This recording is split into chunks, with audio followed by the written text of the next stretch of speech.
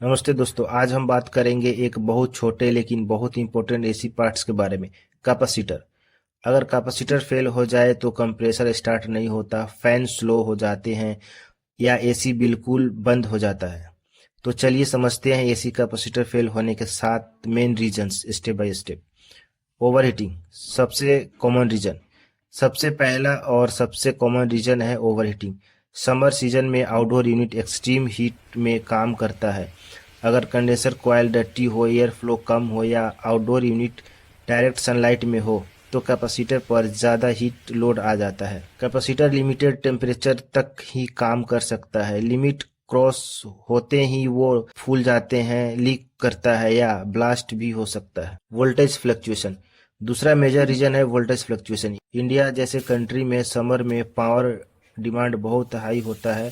इस वजह से कभी लो वोल्टेज कभी हाई वोल्टेज सप्लाई मिलती है। जब सडन हाई वोल्टेज सर्ज आता है तो कैपेसिटर के internal dielectric material burn हो जाता है। इसीलिए स्टेबलाइजर या सर्ज प्रोटेक्टर का यूज बहुत जरूरी है। लो क्वालिटी कैपेसिटर तीसरा रीजन है। लो क्वालिटी कैपेसिटर सस्ता कैपेसिटर में लो ग्रेड इंसुलेशन और थिन इंटरनल पार्ट्स होती है। थोड़ी सी हीट, थोड़ा सा वोल्टेज स्पाइक और कैपेसिटर अपनी कैपेसिटी लूज कर देता है। इसीलिए हमेशा branded capacitor high temperature rating के साथ यूज करना चाहिए। Wrong capacitor rating installed.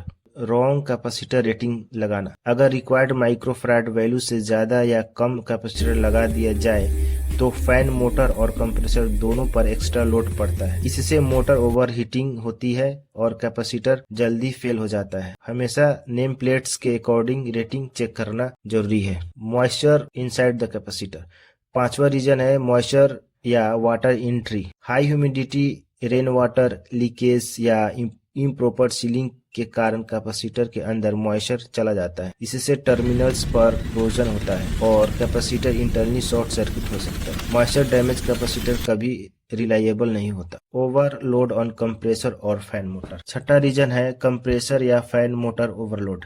अगर कंप्रेसर मैकेनिकली टाइट हो, गैस प्रेशर ज्यादा हो या फैन मोटर जाम हो तो कैपेसिटर पर एबनॉर्मल करंट ड्रॉ होता है। कंटिन्यूअस ओवरलोड से कैपेसिटर हीटअप होकर फेल हो जाता है। इंटरनल शॉर्ट सर्किट और आखिरी रीजन है इंटरनल शॉर्ट सर्किट। टाइम के साथ कैपेसिटर के इंटरनल प्लेट्स या इंसुलेशन वीक हो जाते हैं। जब प्लेट्स आपस में टच हो जाती है तो सडन शॉर्ट सर्किट होता है और कैपेसिटर तुरंत डैमेज हो जाता है। कंक्लूजन क्या है इससे कैसे बच सकते हैं? तो दोस्तों, एसी कैपेसिटर को हेल्दी रखने के लिए proper ventilation, correct voltage, right rating और रेगुलर मेंटेनेंस बहुत जरूरी है। एक छोटी सी गलती पूरे एसी सिस्टम को डैमेज कर सकती है। अगर आपको यह इन्फॉर्मेशन यूजफुल लगी तो वीडियो को लाइक, शेयर करें और चैनल को सब्सक्राइब करें।